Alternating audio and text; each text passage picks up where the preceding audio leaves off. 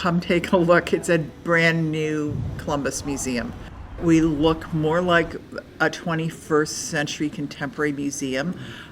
This is a museum of now, and that I think will be more welcoming to people. We have reconceived pretty much everything top to bottom. I am most excited personally about the Children's Gallery and Garden. And a lot of that stems from the fact that I have an almost 2-year-old, and that's such a passion for me to see this opportunity that she's going to get to grow up with an experience. That's so special. It's so special. We've really taken the visitor experience to heart, trying to make things more approachable and friendly for guests, whether it's your first time to the museum or your millionth time to the museum. Really wanting to make sure we've got experiences for everyone and people of all ages. Our history installation is completely new, and it's going to be terrific. Our art collection has a complete reinstallation, and it's done in a different way. It's done thematically rather than chronologically.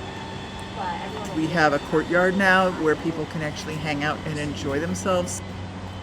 Garden is going to be more connected, and this will be ongoing. We're working on making the garden as beautiful as possible. So we've done a lot with improving some of the historic masonry and doing restoration.